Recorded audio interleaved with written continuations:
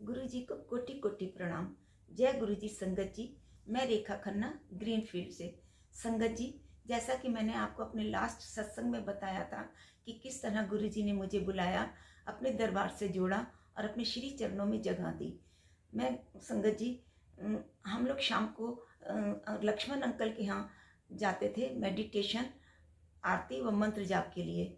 जब हम वहाँ जाते थे तो कभी कभी हमें मंत्र जाप और आरती के समय गुरु जी की प्रेजेंस का एहसास होता था। ऐसा लगता था वो हमारे आसपास ही हैं। यह एहसास हमारे अंदर बहुत एक्साइटमेंट भर देता था। गुरु जी के दरबार में की छटा बिल्कुल अद्भुत थी, निराली थी। वहाँ पर कोई दिखावा नहीं था, सब कुछ बहुत सिंपल था। गुरु जी का वो सिंहासन जहाँ पर वो अपने डिवाइन रूप में विराजमान है, वो भी किसी महल से कम नहीं लगता था। इसी बीच कोविड की सेकेंड वेव आ गई और सब कुछ बंद हो गया। हमारा कुछ टाइम के लिए वहाँ जाना रुक गया। इस बार तो संगत जी, जब सेकेंड वेव आई तो एक हर तरफ हाहाकार सा मचा हुआ था। कोई घर ऐसा नहीं था जहाँ पर मिस हैपनिंग ना हो रही हो या लोग कोविड पॉजिटिव ना हो रहे हो, बल्कि इस बार तो पूरी पूरी फैमिली पॉजिटिव हो रही थी। मेरी अपनी ही फैमिली में क्लोज 4 डेथ हो चुकी थी और हर तरफ एक गमगीन और मायूसी भरा माहौल था। इसी बीच मेरे अपने ही घर में मेरी डॉटर इन लॉ के साथ एक बहुत बड़ा हादसा हो गया। नवरात्रे चल रहे थे, 21 अप्रैल का दिन था, नवमी का दिन था और हम लोग शाम को घर में वर्क फॉर होम चल रहा था। बेटा घर में था, बच्चे घर में थे। शाम के 6:30 बजे थे और सब लोग चाय पी के टेबल पर ही बैठे हुए थे। 6:30 बजे मैंने अपनी डॉटर इन लॉ से कहा, गीतांजलि आज नवमी का दिन है, माँ के नाम का दिया जला दो। और दिया मैं पहले ही बना के रख के आई हुई थी। सब लोग अपने अपने कमरे में चले गए। बच्चे भी मेरे बेटे के पीछे चले गए क्योंकि वर्क फॉर होम था, सब लोग घर में ही थे। और गीतांजलि मेरे सामने ही दिया उठाकर पूजा रूम की तरफ जाने लगी। मैं अपने रूम में आ गई। विदिन अ मिनट गीतांजलि के चिल्लाने की आवाज़ें आने लगी।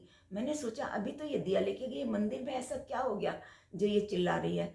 मैं एकदम मंदिर की तरफ भागी तो वहाँ जाके देखती हूँ कि गीतांजलि जो है वो जल रही थी। उसके नीचे प्लाजो में से आग निकल के लपटें ऊपर की तरफ उठ रही थी और वो जोर जोर से चिल्ला रही थी और उसने मंदिर का ही आसन उठा लिया था जिससे कि वो आग बुझाने की कोशिश कर रही थी। गुरु मैं ये सब देख के बिल्कुल नहीं घबराई। और संगत जी, मैं नहीं बता सकती कि 1 मिनट के अंदर कहाँ से वो शक्ति मेरे पास आई। मेरे दिमाग में एकदम ये आया कि मैं इस आग को कंट्रोल कर लूँगी और इस आग को तो मैं बुझा लूँगी। मुझे नहीं पता मेरे हाथ में क्या कपड़ा आया और मैं उस कपड़े को लेके गीतांजलि की आग को बुझाने लगी और मैंने वो आग बुझा भी ली। ना मैं घबराई और ना मेरे को वो देख के डर लगा। जब मैंने वो आग बुझाई उसके बाद मैंने गीतांजलि के ऊपर कई बोतल ठंडा पानी डाला, फ्रिज का ठंडा पानी डाला।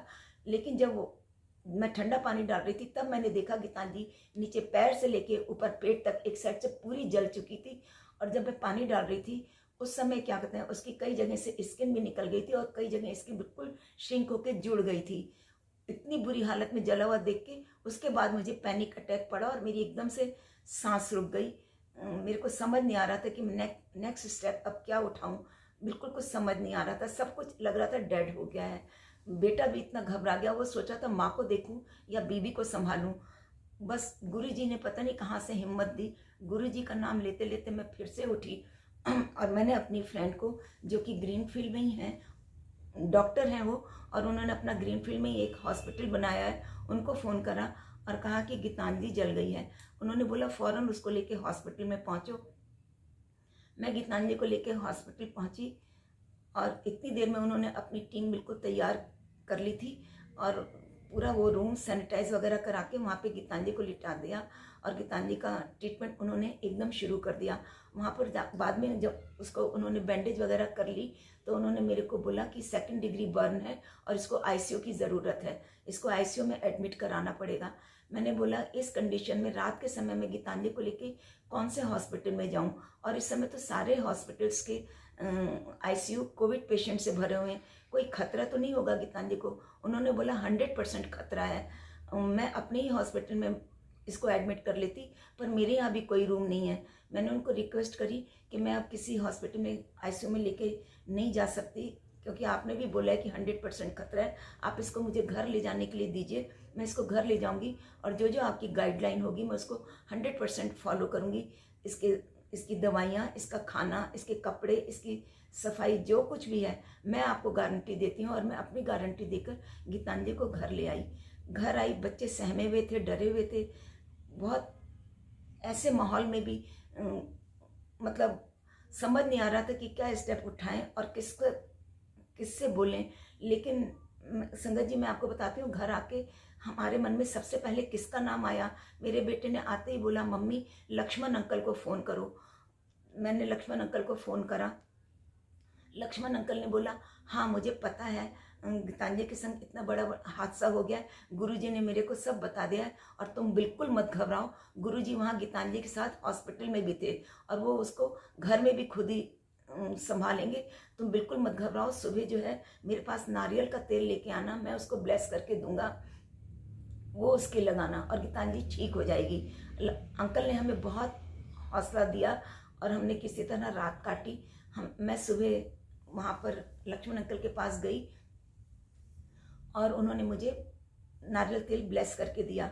गीतांजलि के पूरे पैर से लेके पेट तक सब पट्टियाँ बंधी हुई थी और डॉक्टर ने हमें कोई भी बाहरी चीज़ लगाने के लिए मना किया हुआ था, लेकिन हमने गुरुजी का नाम लेके और गीतांजलि की पट्टियों के ऊपर ही हम कुछ बूंदें ब्लेस तेल की डाल देते थे कि गुरुजी हमारी रक्षा करेंगे।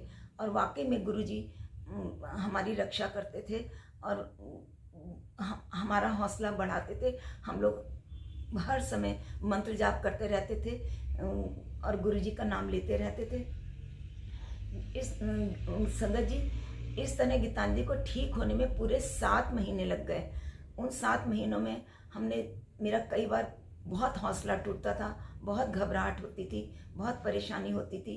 गीतांजलि के घाव देखे नहीं जाते थे, उसकी तकलीफ देखी नहीं जाती थी, पर गुरुजी ने हर बार जब मेरा हौसला टूटता था, गुरुजी ने मुझे अपनी प्रेजेंस का एहसास कराते थे, मुझे हौसला देते थे। एक बार गुरुजी मेरे घर में मेरे एक कमरे में बहुत स्ट्रांग अगरबत्ती की स्मेल आ रही थी। मैंने बच्चों से पूछा, किसने अगरबत्ती जलाई है? सब बच्चों ने मना करा कि नहीं, हमने तो नहीं जलाई। मैंने खुद जाके चेक करा कि किसी भी कमरे में कोई अगरबत्ती नहीं जल रही थी। गुरुजी की मेरे को बिल्कुल एहसास हुआ कि ये गुरुजी ही मेरे आसपास हैं, जो वो मुझे अपनी प्रेजेंस का एहसास करा रहे हैं और मेरा हौसला बढ़ा रहे हैं। वो अगरबत्ती की फ्रेगनेंस इतनी ज़्यादा स्ट्रांग थी कि मैं उसकी खुशबू को बहुत अच्छे से पहचानती हूँ। वो अगरबत्ती मुझे बहुत पसंद है। संगत जी, उस अगरबत्ती का नाम है साई फ्लोरा। वो मैंने खुशबू भी पहचान ली कि वो कौन सी अगरबत्ती जल रही है, लेकिन वो कहीं पर भी आसपास कहीं पर भी वो अगरबत्ती नहीं जल रही थी। मैं शुक्राना करती हूँ ऐसे गुरु का, जो हमारे इतने कष्ट के समय हमारे को अपना आशीर्वाद हमारे ऊपर बनाए रखते थे और हमारे को अपनी प्रेजेंस का एहसास करा के हमारा हौसला बढ़ाए रखते थे। शुक्राना है ऐसे गुरु जी का कि जिन्होंने हमारे कष्ट के समय में हमारे को इतना हमारा साथ दे रहे थे। संगत जी, जब मैं गीतांजलि को ड्रेसिंग के लिए लेके जाती थी, वो समय कोविड का इतना पीक टाइम था कि गीतांजलि की ड्रेसिंग में कम से कम 1 से 1.5 घंटे का प्रोसेस होता था। जब कोविड बिल्कुल पीक टाइम पे था, लोग एक दूसरे के घर आ जा नहीं रहे थे, सब तरफ बंद था। लोग अपने खाने पीने का सामान भी ऑनलाइन मंगाते थे। अगर किसी के घर में मिस हैपनिंग हो जाए तो लोग, चाहे वो अड़ोसी पड़ोसी हो या रिश्तेदार हो, उसमें भी नहीं जाते थे। डॉक्टर्स ने भी कहना शुरू कर दिया था कि आप लोग अपनी बालकनी पे भी कम जाएं, क्योंकि वायरस जो है वो हवा में भी आ चुका है। इतनी प्रिकॉशन लोग रख रहे थे। ऐसे इतने ज़्यादा पीक टाइम में हम लोगों को गीतांजलि को 2 बार हॉस्पिटल लेके जाना पड़ता था। उस प्रोसेस में गीतांजलि अंदर होती थी और बेटा कार में बाहर होता था, क्योंकि डॉक्टर ने मना किया हुआ था कि आप हॉस्पिटल में मत रुकें, आप बाहर बैठिए। उस 1.5 घंटे के दौरान भी बेटा जब घर गीतांजलि को वापस लेके आता था, तो क्या कहते हैं, वहाँ पर बहुत उसका मुरझाया हुआ चेहरा होता था और बोलता था, मम्मी इतने कम टाइम में भी वहाँ पर हॉस्पिटल के बाहर 3-4 बॉडीज आ जाती हैं, हर तरफ लोग रोते रहते हैं। बहुत अजीब माहौल होता है जो कि बर्दाश्त के बाहर होता है।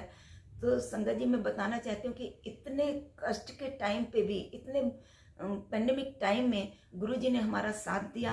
हमारी पूरी फैमिली को कोविड पॉजिटिव नहीं होने दिया। उन्होंने हमारा साथ दिया। गीतांजलि को कोई इन्फेक्शन नहीं होने दिया। गीतांजलि को बहुत जल्दी से जल्दी मेडिकल एड दिलवा दी, उसको सेफ हैंड में पहुंचा दिया।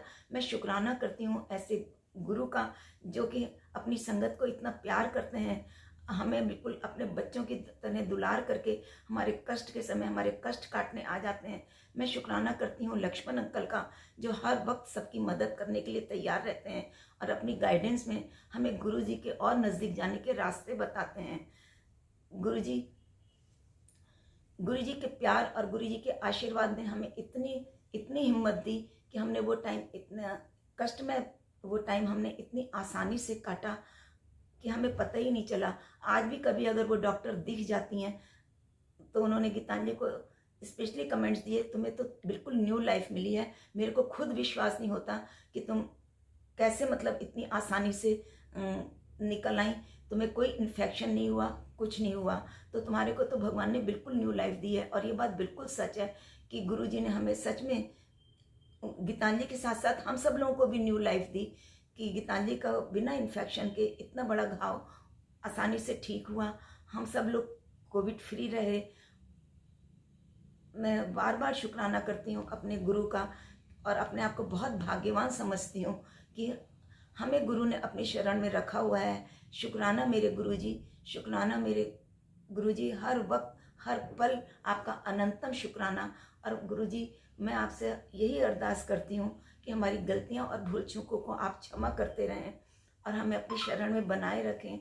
गुरुजी, हम हमेशा आपकी शरण में रहना चाहते हैं और बस गुरुजी को हमसे कुछ नहीं चाहिए, सिर्फ उनको एक सच्चा और निर्मल मन चाहिए और सच्चे भाव चाहिए, और ये भाव हमेशा हमारे बने रहें। और गुरुजी, हमारे से कोई ऐसा काम ना हो जो गुरुजी को अप्रिय हो। मैं बस गुरुजी की शरण में गुरुजी को बार बार नमन करते हुए उनका शुक्राना करती हूँ। जय गुरुजी।